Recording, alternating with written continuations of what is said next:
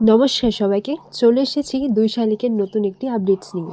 আজকের গল্পের শুরুতেই আপনারা দেখতে পাবেন ছাতাবাড়িতে পিকনিকে সবাই মিলে একটা খেলা খেলে, আর ঝিলিক সেই খেলাটার নাম রেখেছে সাদা কালো।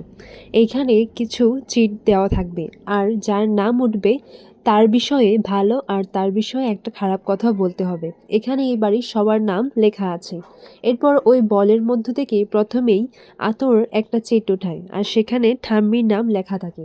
এরপর আতর বলে যে ঠাম্মি আমার কাছে ঠাকুমার ঝুলি। আর ঠাম্মির খারাপ বলতে ঠাম্মি আমাকে খুব তাড়াতাড়ি ঘুম থেকে উঠিয়ে দেয়। এরপর গার্গীর কাছে তার দাদাভাইয়ের চিটটা পড়ে। গৌরবকে বলে যে দাদাভাইয়ের বিষয়ে কোনো খারাপ নেই, দাদাভাই আমার সব আবদার মেটায়।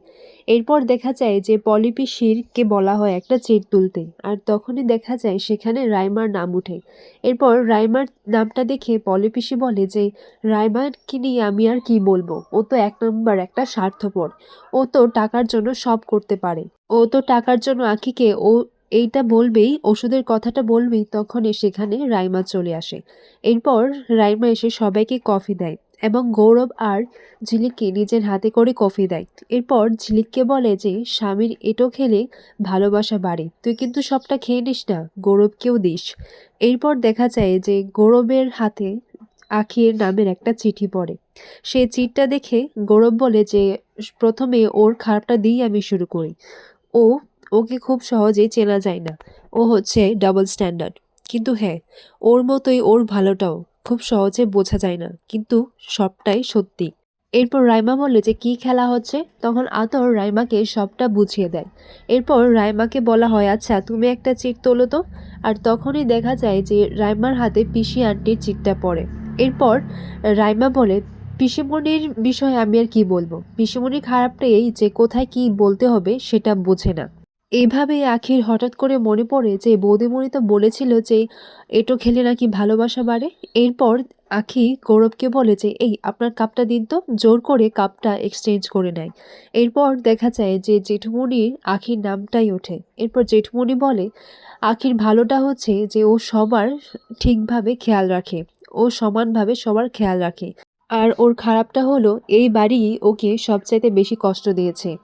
এরপর দেখা যায় যে গৌরবের মায়ের কাছেও আখির চিটটাই ওঠে এবং জেঠিমণি বলে বাবা, এই তো দেখছি সবার আখির নামই উঠছে। এরপর এইদিকে ঝিলিক বলে এটাই তো খেলা। গৌরবের মা বলে যে আখি আমার মেয়ের মতো, ও আমার মেয়ের জায়গাটা পূরণ করেছে, আর খারাপটা হলো ও যদি এখানে না আসতো তাহলে ভালো হতো। এরপর হঠাৎ করে গৌরব আর ঝিলিকের খুব ঘুম পায়, বলে যে আমার খুব ক্লান্ত লাগছে, আমি ঘরে যাই, ঘুম পাচ্ছে। গৌরব ঘরে এসে দেখে যে ঘরটার অবস্থা এলোমেলো করে রেখেছে। এরপর গৌরব বলে যে এই কি অবস্থা, এটা গোয়াল ঘর। এরপর ঝিলিক বলে যে এটা গোয়াল ঘর না তো, এখানে আমার দুটো কথা আছে। এক, যে এটা যদি গোয়াল ঘরই হয় তাহলে কি আমরা গরু? আর দুই, আমরা যদি গরু হতাম তাহলে কি আমরা লুচি আর মাংস খেতাম বলুন? এরপর গৌরব ঝিলিকের এইরকম কথাবার্তা শুনে বলে বুঝেছি, তোমার কথাগুলো শুনে আমার একজনেরই মনে পড়ছে, কালীপদ। মনে হচ্ছে তোমাদের মধ্যে এক্সচেঞ্জ হয়ে গেছে, দুজনে তো খুব ম্যাচ তাই না? এরপর ঝিলিক বলে যে সর্বনাশ, কালীপদরটা আমার কাছে এসেছে তা ঠিক আছে, কিন্তু আমার যে গুণগুলো আছে সেটা কালীপদর কাছে চলে গেছে, তাহলে তো ওর মোশনটা লুজ হয়ে যাবে। তখন গৌরব বলে মানেটা কি? এরপর ঝিলিক বলে যে মানেটা হচ্ছে ওর কাছা খুলে যাবে। গৌরব বলে যে এই এত অদ্ভুত ইংলিশ তুমি কোথা থেকে শিখলে? পরের মুহূর্তে দেখা যায় যে এইভাবেই তারা তর্ক বিতর্ক করতে করতে সেখানেই ঘুমিয়ে পড়ে। আর এরই মাঝে রাইমা এসে ঝিলিকের হাত থেকে ছাপটা নিয়ে নেয়। পরের দিন সকালে ঝিলিক যখন উঠে তখন ঝিলিক উঠে দেখে যে তার যে পিকনিকে পরা শাড়িটা ছিল সেই শাড়িটাও সে খুলেনি, আর চেঞ্জও করেনি। এত ঘুমের ঘোর কিসের, আর এতক্ষণে বা কি করে ঘুমোচ্ছিল এটাই ভাবতে লাগে। আর পাশে দেখতে পায় যে গৌরব তার পাশে রয়েছে। গৌরবকে বলে যে এখানে আপনি কি করছেন? তখন গৌরব ঘুমের ঘোরে বলে দেখতে পাচ্ছ না আমি ঘুমোচ্ছি। এরপর ঝিলিক গৌরবের কাছে গিয়ে বলে যে কুকুরে তাড়া করেছে। আর এই কথাটা শুনে গৌরব ভয় পেয়ে ঘুম থেকে উঠে যায়, বলে যে কুকুর কোথায় কুকুর? তখন ঝিলিক বলে আপনি কি ইঁদুর আর কুকুরের এইসবেও ভয় পান? এরপর গৌরব বলে যে আমাকে এখানে তুমি কেন নিয়ে এসেছো? এরপর ঝিলিক বলে যে হ্যাঁ, আপনি তো একটা জিনিস যে আমি টপ করে উঠিয়ে আপনাকে এখানে রেখে দেব, আর এটাও আপনি বিশ্বাস করছেন আর আমাকেও বলছেন যে বিশ্বাস করতে। এরপর গৌরব ভাবতে লাগে যে এত ঘুমের ঘোর কি করে হতে পারে, আর আমি তো চেঞ্জও করিনি, তাহলে এটা কি করে সম্ভব? আর ঝিলিক গৌরবকে ভয় লাগিয়ে দেয় যে কালকে ঘুমের ঘোরে আপনি কী সব গান গাইছিলেন, আর ঘুমের ঘোরের মধ্যে অনেক কিছুই হয়। এরপর ঝিলিক হঠাৎ করে লক্ষ্য করে যে তার হাতে স্ট্যাম্পের টিপসই রয়েছে। তাহলে কেউ ঘুমের মধ্যে এসে আমার হাত থেকে এই সইটা নিয়ে গেছে।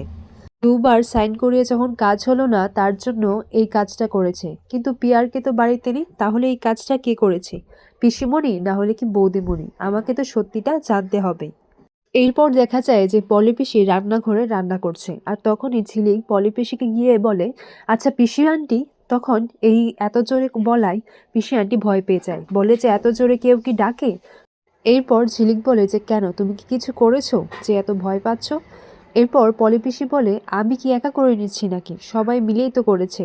আর তুই কি ভাবছিস দাদা বাড়ি ফিরে এসে যখন জানবে যে আমরা সবাই পিকনিক করেছি তাহলে কি কাউকে ছেড়ে দেবে? তোকে তো গৌরব বাঁচিয়ে নেবে, কিন্তু আমার উপর রাগটা তো গোড়ার উপর উঠাবে। এরপর ঝিলিক বলে যে না, আর একটু বাজিয়ে দেখতে হবে। বলে যে আমি কিছু কি সাহায্য করব? তখন পলি পিসি বলে যে না না, তোকে কিছু করতে হবে না, তুই শুধু আমার একটু পাশে থাকিস।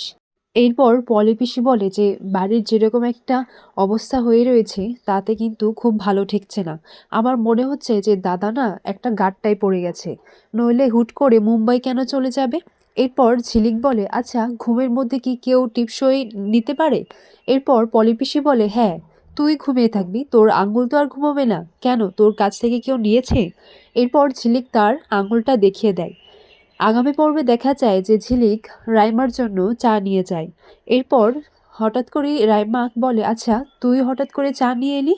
না, তুই তো বিয়ের পরে সবকিছু ভুলে গেছিস। এরপর ঝিলিক বলে, তাই তো তুমি আমাকে কালকে মনে করিয়ে দিয়েছো কফি খাইয়ে। এরপর ঝিলিক বলে, না না, এই চাটার মধ্যে কিছু মেশানো নেই, তুমি নিঃসন্দেহে খেতে পারো।